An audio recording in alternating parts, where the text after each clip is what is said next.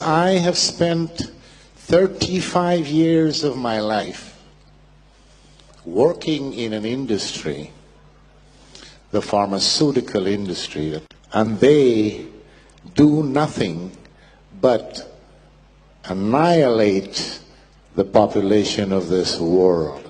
And why do they do that? Because they want to make money, money, money, money, money. They don't care about your lives.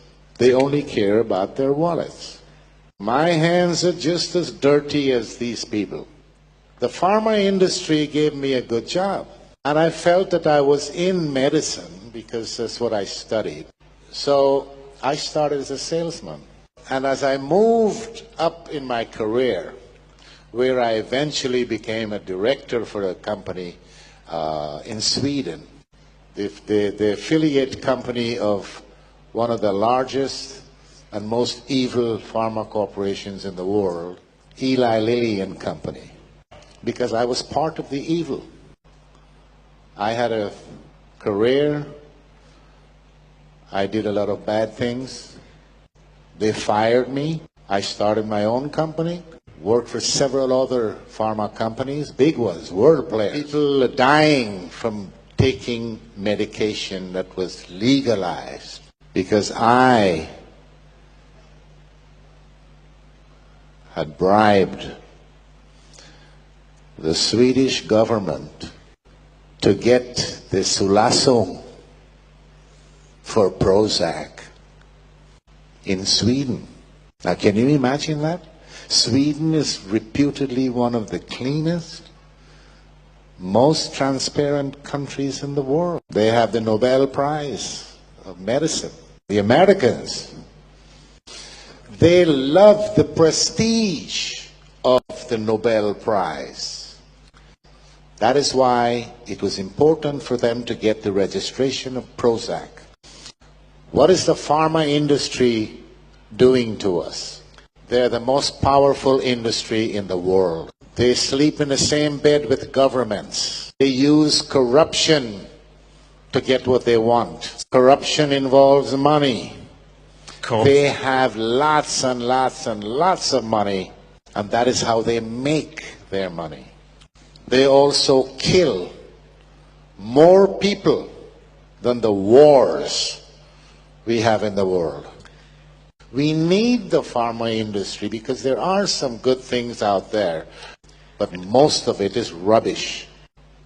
They're not interested in curing any disease you may have. They're more interested in making you get diseases. They're interested in symptomatic treatment. They want patients who are diabetics, cardiology patients, Parkinson's disease, rheumatoid arthritis, arthrosis, because you live a long time and the drugs that you have to take, you take that for the rest of your life. Eli Lilly and Company was fined, Strafgeld, by the Justice Department in Pennsylvania, in America, $1.4 million for one product that I have written about in this book 2 years ago. That product was used to treat, it was a neuroleptic, a psychodrug that was approved to be used on schizophrenics. So this company wasn't satisfied with that. They went and sold the drug to old people's home because they say it wouldn't cost so much to be there in this home because you give them this pill and the old people will sleep. So the workers wouldn't have any problems at night. But what they didn't figure on was that this drug had the side effects, which, by the way, before it came out, they had hidden under the table the clinical results of these side effects. A lot of people died of heart failure, kidney problems, and whatever. The patients that received this drug, it's called Zyprexa, also got diabetes. And who is the largest diabetes medication producer in the world? Eli Lilly and Company. Speculating. So they were taken to court and they were fined. It's the largest strafgeld in the history of the nation. Now, there are a couple of other companies that were fined heavily for other drugs in the pharma industry. And these are huge companies. But it never came out. You know why? Because the press works also with the pharma industry just like the government does. The pharma companies use the media to implant its dirty work on you. Don't take for granted what your doctor is telling you, because the doctors these days, they don't know much about medicine. And they don't care much about their patients. They think about how much they can get paid. And this is how the pharma industry reigns, stays in power. They buy the doctors. They pick them up when they're in medical school, pay their tuition, Die Konzerne train them. Because the doctors don't get information from anywhere else except the pharma industry. And I know, because when I was a salesman, the pharma company used to tell me, never talk side effects.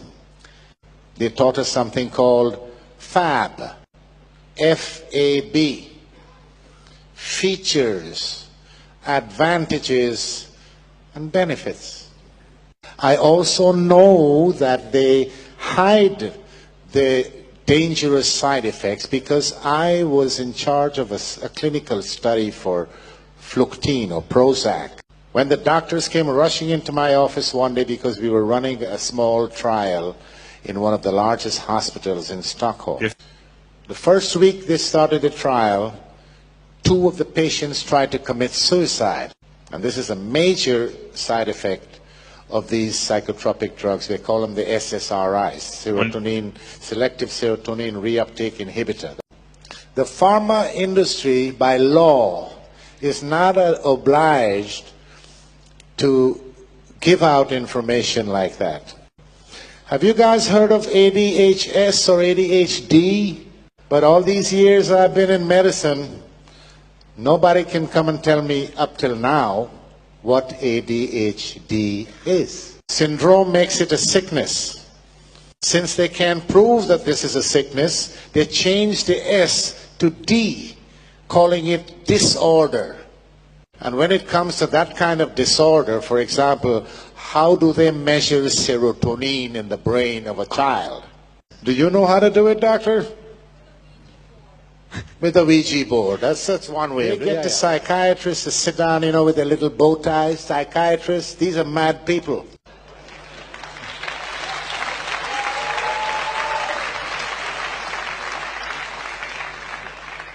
They sit every year, and they sit in a room, and they make up what they call the Bible for psychiatry, the DSM. If this Bible was so good and so needed and does an exact job, why did they change the rules in this Bible during the last few years so many thousands of times? So they're targeting the children. They're calling these new fancy diseases, they're targeting them with these drugs. Strattera, Prozac, Ritalin, Paxil, Zoloft. I don't know about you guys in here, but that's not going to happen to my kid. Never, never.